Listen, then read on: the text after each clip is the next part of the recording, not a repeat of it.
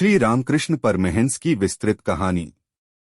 श्री रामकृष्ण परमहंस का जन्म 1836 में बंगाल के एक छोटे से गांव कमरपुकुर में हुआ था। उनका असली नाम गदाधर चट्टोपाध्याय था। उनके माता पिता की परंपरागत धार्मिक अनुष्ठान की वजह से वे बचपन से ही आध्यात्मिक दृष्टिकोण के साथ पले। गदाधर की शिक्षा में उनके धार्मिक गुरु और शिक्षक ने महत्वपूर्ण भूमिका निभाई। उनकी अत्यधिक आकर्षण और आदर्श प्रतिष्ठा के कारण वे छोटी उम्र से ही आसपास के लोगों की आदरणीय व्यक्तित्व बन गए।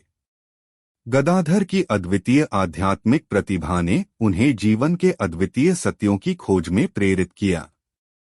उन्होंने विभिन्न धार्मिक आचार्यों की शिक्षाओं को अध्ययन किया और उनके अर्थ को समझने का प्रयास किया। वे वैष्णव, शैव, शाक्त और वेदांत आदि धार्मिक परंपराओं का अध्ययन करते रहे।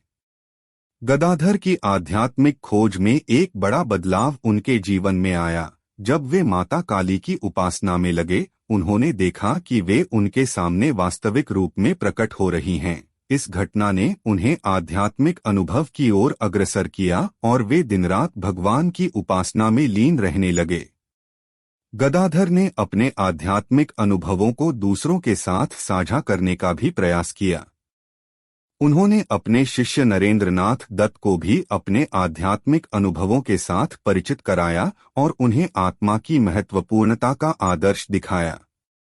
गदाधर के आध्यात्मिक संदेश ने उनके चेलों को जीवन के विभिन्न पहलुओं का सही समय पर समझने की कला सिखाई। उनके उपदेश ने सभी धर्मों के मूल सिद्धांतों को संगी बनाया और मानवता की एकता की ओर प्रोत्साहित किया।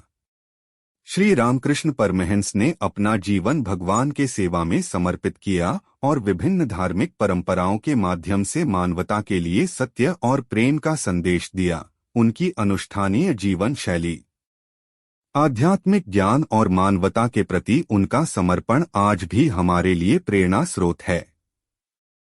श्री रामकृष्ण परमहंस के जीवन में कुछ रोचक घटनाएं। काली की दर्शन रामकृष्ण परमहंस की आध्यात्मिक यात्रा की एक महत्वपूर्ण घटना थी उनकी माता काली के साक्षात दर्शन का। उन्होंने माता काली को वास्तविक रूप में अपने सामने महसूस किया और उनकी उपासना में लीन हो गए। तोतापुरी के साथ साधना। रामकृष्ण परमहंस ने अपने गुरु तोतापुरी के मार्गदर्शन में भावनात्मक और आध्यात्मिक साधना की। उनकी साधना में वे एक दिन तक मृत्यु की अनुभवित अवस्था में भी पहुंचे। नरेंद्रनाथ दत्त का संदर्भ।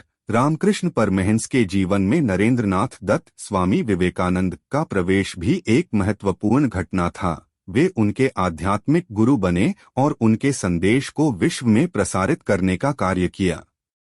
धार्मिक अनुभवों का संयोजन। रामकृष्ण परमहंस ने अपने जीवन में विभिन्न धार्मिक अनुभवों को अपने साधना में समाहित किया। उन्होंने वैष्णव, शैव, शाक्त और वेदांत आदि धार्मिक परंपराओं के सिद्धांतों को समझने का प्रयास किया। आध्यात्मिक उपदेश। उनके आध्यात्मिक उपदेश और किस्मत की बातचीत ने उनके चेलों को आध्यात्मिक जीवन के विभिन्न पहलुओं का सही समय पर समझाया। रामकृष्ण मिशन की स्थापना। रामकृष्ण परमहंस की मृत्यु के बाद उनके चेले नरेंद्रनाथ दत्त ने रामकृष्ण मिशन की स्थापना की और उनके संदेश को विश्व में प्रसारित करने का कार्य जारी रखा। धर्मीय उपदेश। रामकृष्ण परमहंस के उपदेश में धर्म, सत्य, प्रेम और आत्मा के महत्व की महत्वपूर्ण बातें शामिल थीं। उनके उपदेश ने लोगों को आध्यात्मिक जीवन की महत्वपूर्णता को समझाया। विभिन्न धार्मिक संप्रदायों के प्रति समर्पण। रामकृष्ण परमहंस ने अपने जीवन में विभिन्न धार्मिक संप्रदायों के प्रति समर्पित भाव दिखाया और यह दिखाया कि सभी धर्मों का एक ही उद्देश्य है, मानवता की मदद करना और सच्चे आत्मा की खोज में मदद करना।